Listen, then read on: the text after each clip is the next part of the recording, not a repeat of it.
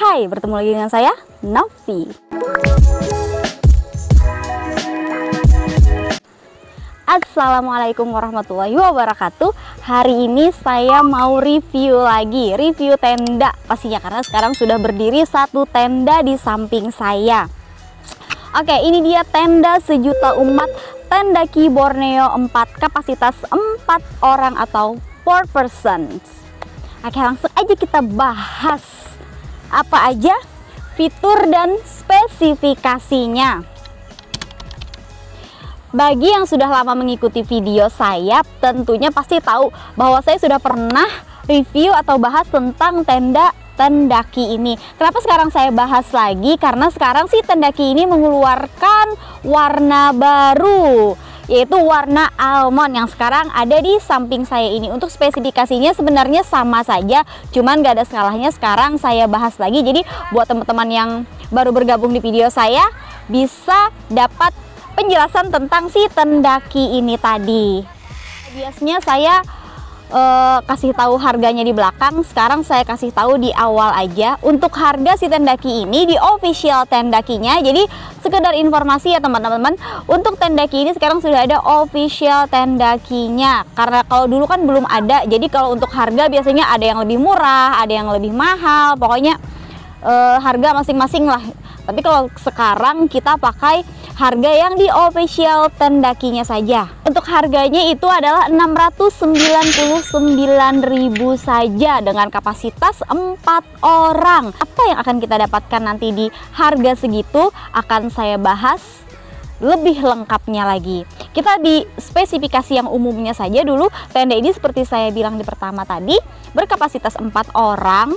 Untuk berat packagingnya itu 4,1 kg. Lumayan berat ya teman-teman, karena dia berkapasitas 4 orang itu tadi. Tenda seberat itu tadi apakah masih diminati banyak orang? Karena kan sekarang nih lagi ramai dan lagi naik daun apa ya, yang ultralight.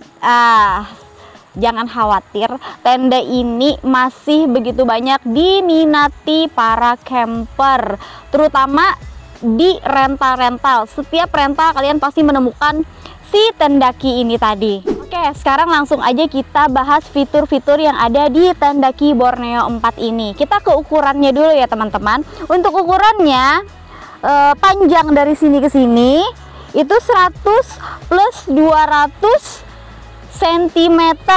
Untuk bagian lebar bagian depan 240 cm dan tingginya 130 cm.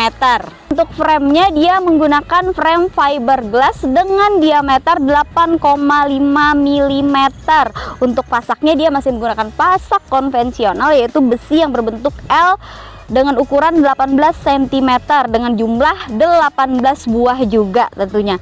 Nah, kalau tanya, Kak, untuk fiberglass itu apakah kuat nih dengan badai atau angin yang kencang? Sebenarnya kalau dibandingkan dengan frame alloy tentunya lebih aman kita pakai frame alloy, tapi masih bisa kita siasati kok kalau kalian menggunakan fiberglass ini tadi, tentunya dengan pemasangan yang benar. Di sini kan setiap tenda disertai dengan tali-tali, jadi dipastikan pemasangan talinya itu yang kencang, terus pasang-pasaknya juga yang benar, mungkin akan lebih aman. Terus juga mencari tempat campnya juga jangan di tempat yang di tengah-tengah atau terlalu terbuka. Bisa aja kita cari yang di sudut-sudut saja atau yang di pinggir-pinggir saja, yang tentunya tidak memungkinkan angin menerjang tenda secara langsung.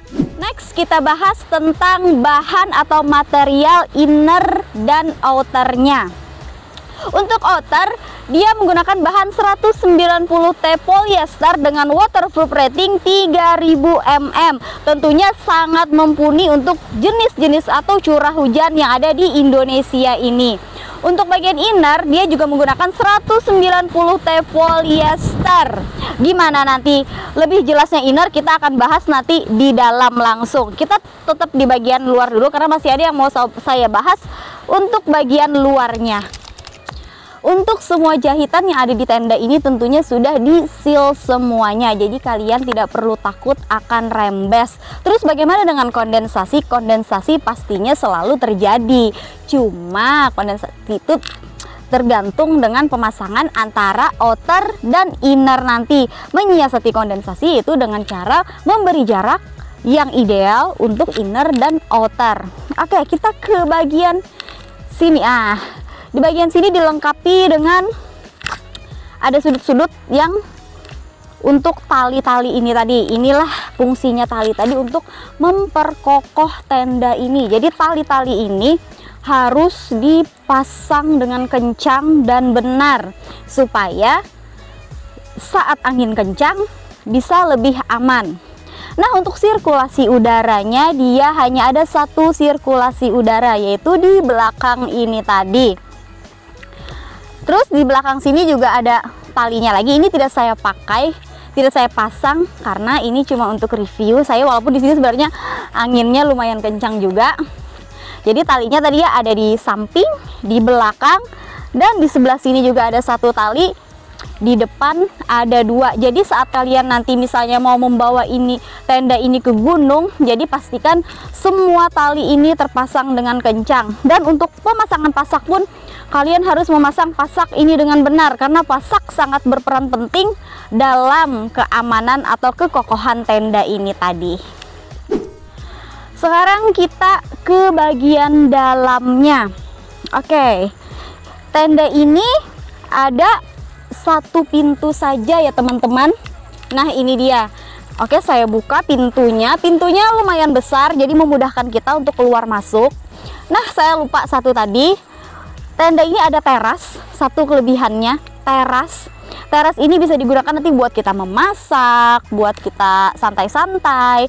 Terus di bagian pintu ini juga nanti bisa dijadikan kanopi. Kalian tinggal tambah tiang prem atau pakai trekking pole nantinya. Nah, langsung kita buka aja. Nah, untuk pintunya lumayan besar tadi ya. Seperti ini. Dia menyatu dengan inner mesh, menyatu dengan inner. Tapi ini sepertinya bisa dibuka. Sebentar kita lihat ya. Oh, bisa. Nah, ini bisa dibuka. Jadi bisa dipisah antara mesh dan polyesternya ini tadi. Oke. Nah, ini dia seperti ini ya teman-teman. Mari kita lihat ke bagian dalamnya. Supaya lebih afdol, saya masuk aja langsung. Oke, nah ini dia. Kita ini dulu pintunya. Kita amankan dulu. Oke, ini tadi terpisah ya, sudah saya bahas tadi. Jadi kalau misalkan nanti dingin, kalian bisa tutup keduanya. Kalau misal gerah atau panas, kalian tinggal tutup yang bagian mesh saja, yang polyesternya tinggal kalian buka. Nah, apa aja yang ada di dalamnya ini? Seperti biasa, seperti pada tenda umumnya, terdapat gantungan lampu di atas, gantungan lampu. Terus ada saku. Di bagian kanan ada 2 saku, di bagian kiri ada 2 saku. Nah, ini dia.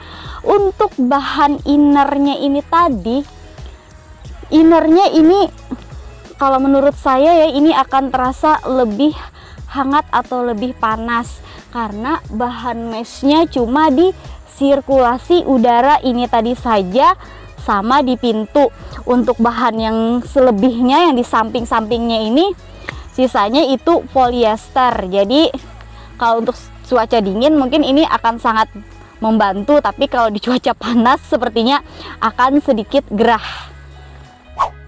Nah, ini dia yang nggak kalah penting, itu adalah alas atau floor atau lantai. Untuk lantainya dia bahannya semacam terpal atau PL lebih tepatnya. Jadi kalian tidak perlu menambahkan footprint lagi untuk tenda ini karena ini sudah tebal. Pokoknya seperti terpal, jadi enak, lumayan tebal. Cuman tidak ada salahnya kalau kalian ingin memakai footprint sekalipun, apalagi untuk tekstur tanah yang ada akar-akar tajamnya atau bebatuan.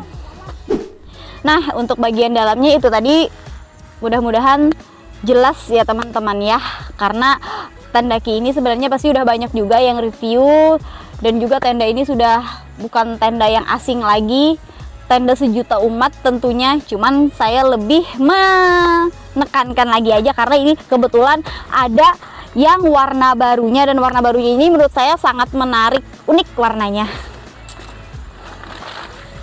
Oke, sekarang saya mau bahas apa aja kelebihan dan kekurangan si Tendaki Borneo 4 ini.